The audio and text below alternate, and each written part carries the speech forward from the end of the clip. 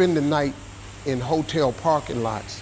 What was I gonna do? I ain't had nowhere to stay, so I lived in the car. I had $35. And I said, come on, God, man, I've been trying to make this dream come true. You done left me out here like this. And I was crying so hard that he just said, I didn't like hear a voice or nothing, but he spoke to me, and however he said, if you get up, I'm gonna take you places you ain't never been. Now I was finna quit. So I said, skip it. I'm gonna quit anyway. So I got in my car, I went to a payphone, and I was gonna call my dad. You remember back in the day where you could punch in a code and call your answering machine and get your messages? So I called and I punched in the code, and it said, doop. He said, hey Steve, this is Chuck Sutton with Showtime at the Apollo. We saw a tape of you. You're very funny. If you could get here Sunday night, we'd love to put you on television. Call me back, let me know if you can make it. So I hung the phone up, I'm crushed, because my whole dream of being on TV, and I couldn't get to New York. I got $35. How I'm gonna get to New York? I can't make it. So I'm standing there at the phone booth, and tears just coming down my face. I said, God, so that must be a sign for me to go home. Because this it, I ain't even got the money to go to the Apollo. My whole thing, I wanted to be on TV, I couldn't even make the dream come true. This is the most messed up moment.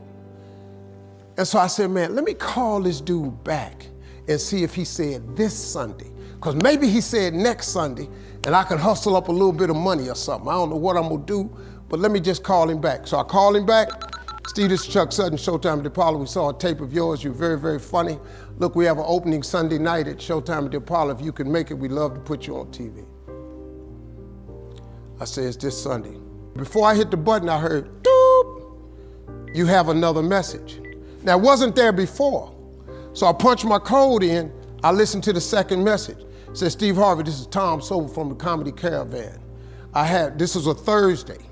He said, I have a gig in Jacksonville, Florida on Friday night that pays $150. If you can get there Friday night, you'll make $150.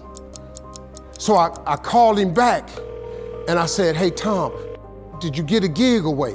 He said, no, it's still available.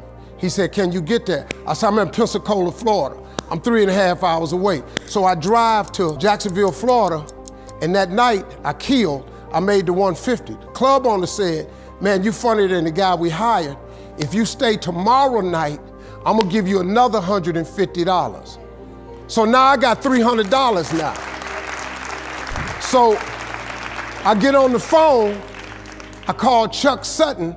I say, hey man, is the gig still available at Showtime at the Apollo? He said, yeah, we got one opening left. I said, I'll be there. So I called Eastern Airlines, who used to be open back then. They had a special for $99 going from Jacksonville, Florida to New York round trip. So I parked my car at the airport. I got it.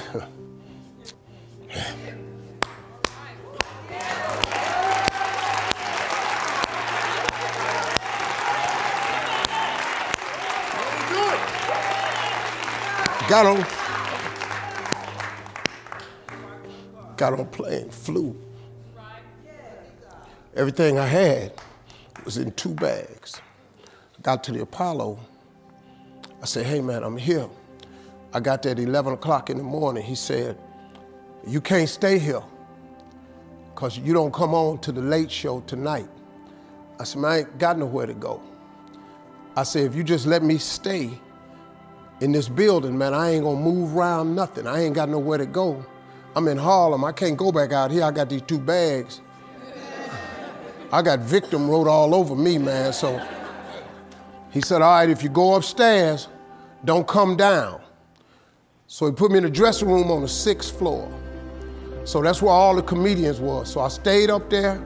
I got hungry around 3 o'clock, and I couldn't take it no more. So I went back downstairs, a dude named Alton Liston. I said, hey man, he said, man, I thought I told you, don't come down them damn steps. I said, hey man, I'm just hungry, man. I said, let me go to that KFC I saw on the corner, just let me get some chicken. I'll come right back. He said, man, if you ain't back in 20 minutes, you ain't getting in this building. So I went, bought me some chicken, came back. So the comedians started coming in the building. They started coming up on the 6th floor. So I meet this guy named D.L. Hughley. I introduced myself, he introduced himself. I'm sitting there, another guy come in named Dwayne Johnson. Then this other dude walked in named Jamie Foxx. And I introduced myself. We don't know each other, ain't none of us famous. It's 1991, man. They gave everybody the lineup. I was on the last show of the night. I don't go on to 11 at night. I done had this 4 pieces of chicken. I'm starving, man. That chicken done wore off. I'm nervous, man. I'm about to throw up. D.L. Hughley went downstairs. D.L. Hughley got booed off. Dwayne Johnson got booed off. Jamie Foxx went down there and got booed. They booed Jamie, then Jamie started singing. And then they started clapping. And Jamie had their ass, then he went back to them jokes, and they got his ass. So I'm walking down the steps and I see Jamie sitting on the steps. I said, hey man, hang in there. He said, man, that ain't never happened to me before, man. This is crazy. This Jamie Foxx, man, one of the most talented people in all of comedy. And now, you don't even know how nervous I am, man. I can't even, my breathing is shot because these dudes been booed. So I walk out, I had wrote this joke. Mike Tyson had got in a fight in Harlem with this heavyweight named Mitch Green. Mike Tyson had hit the dude in the eye in the store. Now he was on the news, his eye was swollen. So the joke I wrote was, they was interviewing Mitch Green and he was telling everybody what happened, but his eye took over the interview. And I wrote this joke that his eye started talking and was just, I tell you what happened. The heavyweight champ's fist is coming towards my face. I just said, Lord, Lord, Lord. And I wrote this whole joke about this dude's eyeball talking. And when the punch came, and all this here, the Apollo, man, they went crazy. They lost their mind. I got a standing ovation, man. I walked off stage, man, just started crying. I couldn't believe it. And they paid me. I made $750 for being on TV for one night. I'd never made $750 telling jokes in one night. And so that was my first television appearance. A couple weeks later, Sinbad was the host of the show. He got this job on Different World. And so he quit. And so Mark Curry became the host. And then Mark Curry got hanging with Mr. Cooper and he quit. And they came to me and said, would you come back to New York and host amateur night for us to just try you out? Oh, ain't no problem. And so I went to New York, I hosted amateur night and I was killing. But every time we went to commercial break, I was supposed to let the warm-up act take over like Ruben does.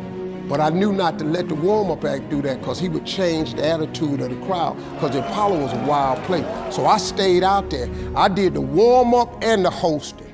And I created a bond with that audience. And that's how I got on TV. It was my very first TV show. I hosted Showtime at the Apollo. I ended up being the longest running host in the history of Showtime Apollo. I did that show for 8 years. Nobody ever did it for 8 years. And that was my turn back moment. See, in your life, everybody has a turn back moment. You have a moment where you could go forward or you can give up. But the thing you have to keep in mind before you give up is that if you give up, the guarantee is it will never happen. That's the guarantee of quitting, that it will never happen, no way under the sun. The only way the possibility remains that it can happen is if you never give up no matter what. Because God is always coming. He's never too late. At your worst moment, look man, when they told me I had to be in New York, I saw no way I could get there. But that God though, he make the phone ring. I end up in Florida, I make $300. Then I go to New York, I make $750. Almost got $1,000. out of nowhere. That's what happened to me. That was my moment of never giving up. That's when I first learned that faith was everything, that you have to remain faithful.